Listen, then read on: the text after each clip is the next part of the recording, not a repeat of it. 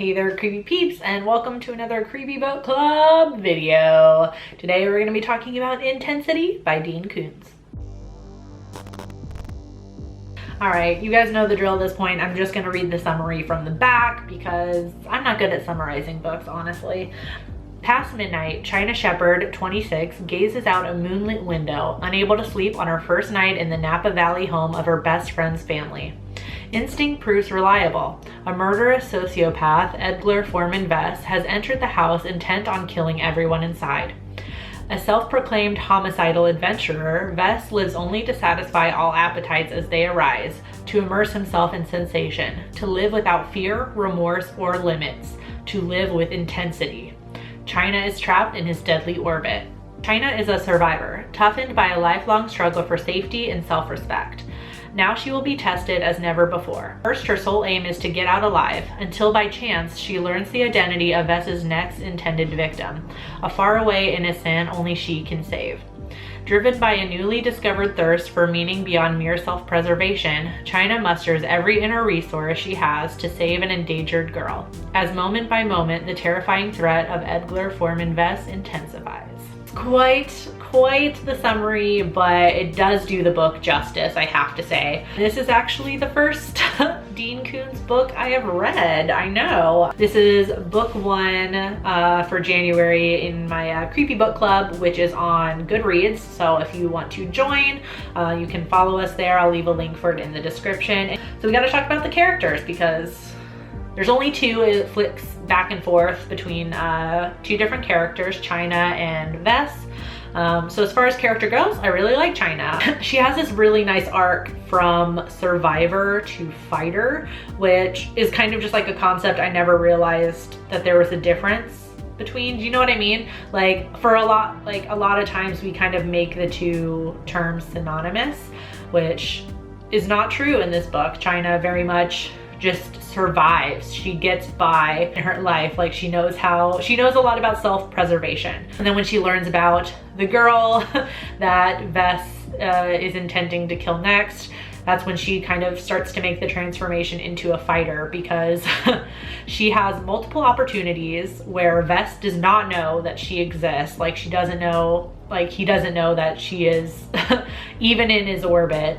So she has multiple opportunities to get away and get help, but she realizes that she doesn't know where he lives. She doesn't know the license plate of his car. She only knows like a description of him, and that potentially won't go anywhere and won't help anyone. So she takes it upon herself to save this girl, and she becomes a fighter. So it's a really nice arc, and entertainingly frustrating. It's totally frustrating when she has all these opportunities to get away and tell the cops and then go on with her life and continue to be a survivor. And you want her to. There's part of you that's like, just go to the cops, just go to the cops. And then she does it and you're like, oh my God, like, what are you doing? But it's not a bad frustrating, it's good frustrating, because she grows as a character, and it just makes, the tension grows until, you're just flipping page after page after page, because you have to know if she eventually escapes, Then we have Vess, which I'm just gonna call him Vess because Edgar is such a hard name to say. He is, as he should be, a very unsympathetic character, definitely a sociopath. Like he doesn't feel emotion at all, which is very interesting to read. It's interesting to read from the point of view of a character who does not feel emotion like we do, which is why, as I understood, he likes to live with intensity. He loves intensity. Kind of makes sense with him being a sociopath because he's trying to feel something. So I don't know, it made sense, but at the same time, obviously he's an unsympathetic character, and you're listening to his just like pretentious like attitude about himself. Like he feels like he is a superior being to literally everybody else on the planet. And it's just like, when you read, like whenever you're reading the chapters that are from his point of view, like it just makes you so pissed off. Like you're just like, this guy sucks. I can't wait till he dies. He better die. Ugh. This does a really cool thing with him where when you're reading from Vess's point of view, and he's going on these like thought tangents of him being so superior and being this elevated being or something, it just sounds pretentious and it makes you mad. But then eventually Vess and China, as you would imagine, you know, come into contact with each other and they have a conversation. And when you're reading from China's point of view and Vess is kind of saying these thoughts out loud, he just sounds insane, which is, it's really cool about how he was able to do that. Like when it's from Vess's point of view, it just sounds pretentious, but then when you hear it from China's point of view, he sounds crazy.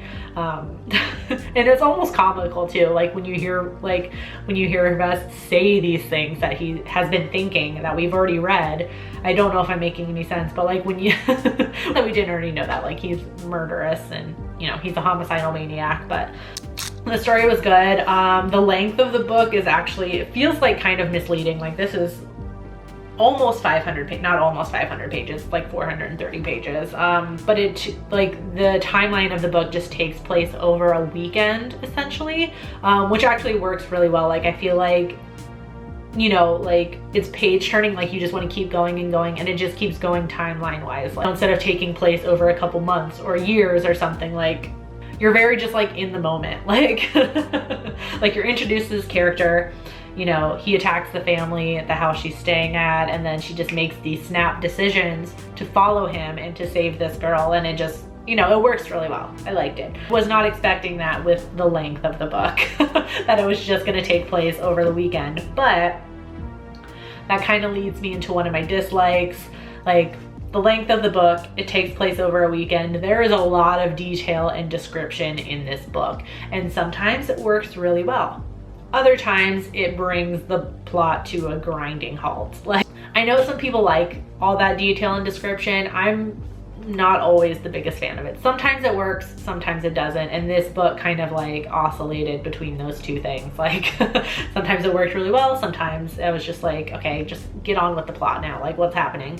And the one really big problem I had with this book was the ending. Basically the resolution.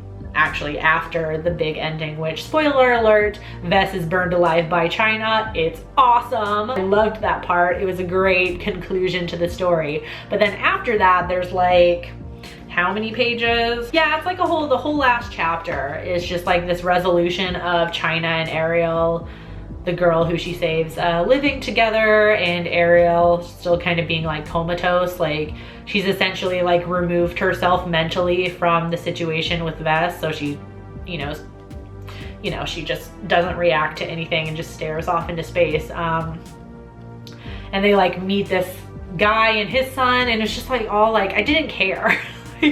I cared about China and everything like that, but I didn't want that much resolution. Like I didn't want that much. I wanted it to end almost immediately after Vess is burned alive. Like it's such a huge, intense ending that the resolution just felt way too long, and it brought me down too much, if that makes sense. It's not a sad ending by any means, but it's like, my heart was racing. I was excited about the ending, and then Vess is burned alive, and I'm like, yeah, and I'm like jumping on my bed and like, finally. And then I have to read this whole chapter of resolution. I was able to calm down too much, if that makes sense. Like in terms of other book club members' reviews, I think just Azul posted a review. So Azul starts off with that he read this book once before in the Dutch translation. And he wanted to reread it again, so he got it in the English version. It says, I like the fast-paced beginning until the mid where China is being captured by Vess. Then it drags a bit, not much, until her escape, the gear kicks back in. This is a well-written book. The action comes clean out, and the psychological side is really well done. I also like the constant switches between the different points of views of China and Vess. I wish that Koontz just kept this book on a high-octane level all the time. No other Koontz can vividly describe a scene that makes the pages come to life. Intensity is no exception. If you've never read a Koontz novel before, this is a good place to start, and he gave it a 4 out of 5. So thank you for sharing that, Azul. And yeah, I tend to agree. And it goes through this phase where she's very just like, she's been captured, she feels like there's no way out, and she's very kind of just numb and has given up for actually quite a long period of time until she finally, you know, kicks herself into gear again and manages to escape and save Ariel. So I know what you're I feel like I know what he's talking about in his review, and I do agree, it does drag on for a little bit. And it almost got to the point where it was bad frustrating, where I was tired of her being so numb and just giving up, and I was just like, seriously, can Beth just come in and kill her right now if she's gonna act like this? And then finally she kicks herself in the butt and gets it going again. But totally agree, although I'm wasn't so much a fan of the description as Azul was, but that's okay. That's what a book club is for. Overall, fans of stuff like Criminal Minds, I feel like you'll really like this book. It does have a kind of like true crime feel to it. I think it's just because, you know, it has to deal with like a serial killer, a sociopath. So despite the ending, I did overall enjoy the book. So I'm also gonna give it a 4 out of 5. On Goodreads overall, it has a 4.04 out of 5. On barnesandnoble.com, it has a 4.5 out of 5. And on Amazon, it has a 4.2 out of 5. So if you've already read Intensity, let me know in the comment section down below what you thought about it, or if you've read some other books by Dean Koontz, let me know what your favorite is. And of course, I didn't bring the book in the room with me to film, but our February book is Dracul by Dacker. I don't know how you say his name, I'm so sorry. Stoker is his last name, and J.D. Barker. So it's quite a long one, so if you want to, you know, if you want to get your hands on it and read it, I recommend doing so right now, because February is the shortest month of the year. I didn't put that together when I decided that we're gonna read the longest book in February. And then, like I said, you know, if you don't want to join in February, but maybe you want to consider it for March, you can go to our page on Goodreads and see what our March book is, so you can get a head start if you want to. Yep. So I do hope you enjoyed this video. If you did, please give it a thumbs up. Subscribe if you're new here and become a Creepy Peep today. And you can ring that notification bell down there to be notified every time I post a video, even though it almost never works. Thank you so much for watching, and until next time, stay strange. Bye. This video is brought to you by all of these awesome Patreon supporters who are listed here on the screen. Thank you guys so much for your support. If you want to find out the perks to being a Creepy Patron Peep, you can follow that link that's in the description box. And if you want to check out more videos, you can click the video that's on the screen right now.